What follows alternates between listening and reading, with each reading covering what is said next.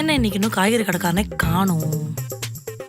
இவன் என்னைக்கு வந்து என்னைக்கு நான் காய் அரிஞ்சு என்னைக்கு சமைச்சு எப்ப சாப்பிட்டு பசிக்குமே.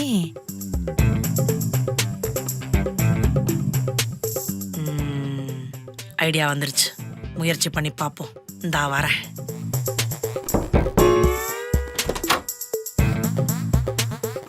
வாமா, ஏன் வெளில நிக்கிற? வா உள்ள வா. இல்ல பரவாயில்ல, இருக்கட்டும் ஆண்டி. சொல்லுமா, என்ன விஷயம்? இல்ல ஆண்டி, நான் ரைஸ் அடுப்புல வச்சேன், பார்த்தா உடனே கேஸ் தீந்து போயிடுச்சு. ரைஸ் வேகவே இல்ல. சோ உங்ககிட்ட கொஞ்சம் எக்ஸ்ட்ரா ரைஸ் இருந்தா இந்த டப்பால கொஞ்சம் கொடுத்தீங்கன்னா நல்லா என்னமா இருக்கும் குடு, நான் எடுத்துட்டு வந்து தரேன். இந்தாம்மா, ஃபுல் பண்ணிருக்கேன், டைட்டா முடிக்க பார்த்து எடுத்துக்கோ. தேங்க்ஸ் ஆண்டி, ரொம்ப தேங்க்ஸ்.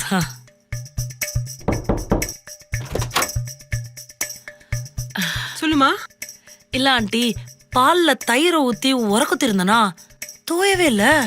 அதனால இந்த டப்பால கொஞ்சம் தயிரும் கொடுத்தீங்கன்னா நல்லா இருக்கும் ஆண்டி. லெமனை கொஞ்சம் பால் ஊத்திருக்க வேண்டியதானே, சீக்கிரமா உறைஞ்சிருக்கும். அச்சோ. சரி குடுமா. தெரியல ஆண்டி, நான் சரி கொஞ்சம் இருமா, மக்கு. நான் போய் எடுத்துட்டு வரேன்.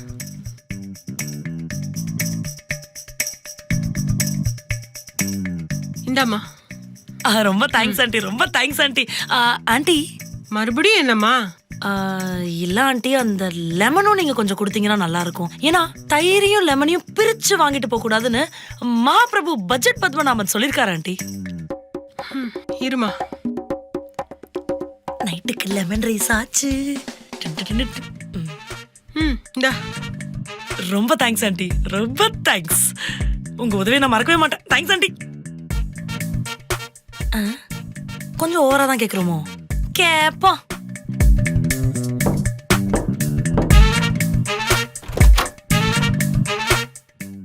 இப்ப என்னதாம்மா வேணும்?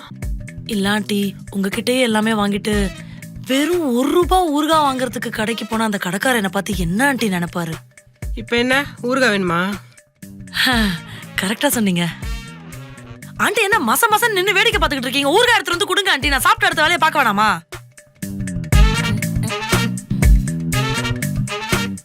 இதுல மிச்சம் இருக்கு, மொத்தத்தையும் நீயே எடுத்துக்கோ. மொத்தமா நானே எடுத்துக்குவா? ரொம்ப தேங்க்ஸ் ஆண்டி, ரொம்ப தேங்க்ஸ். உங்களுக்கு உண்மையாவே ரொம்ப பெரிய மனசு ஆண்டி.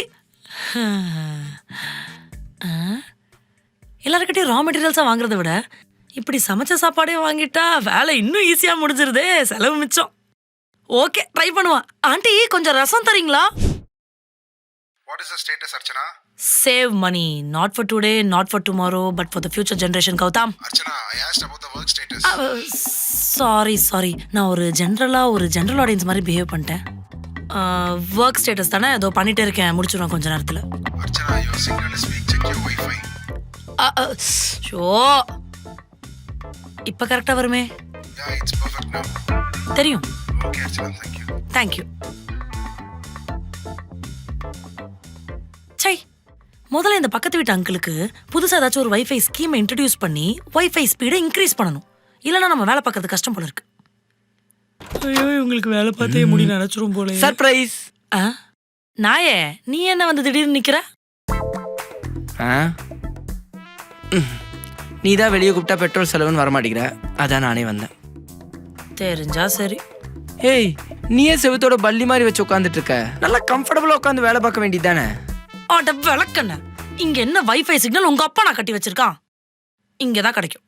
உன் வைஃபை ரூட்டர் இவ்வளோதான் சிக்னல் கிடைக்குதா?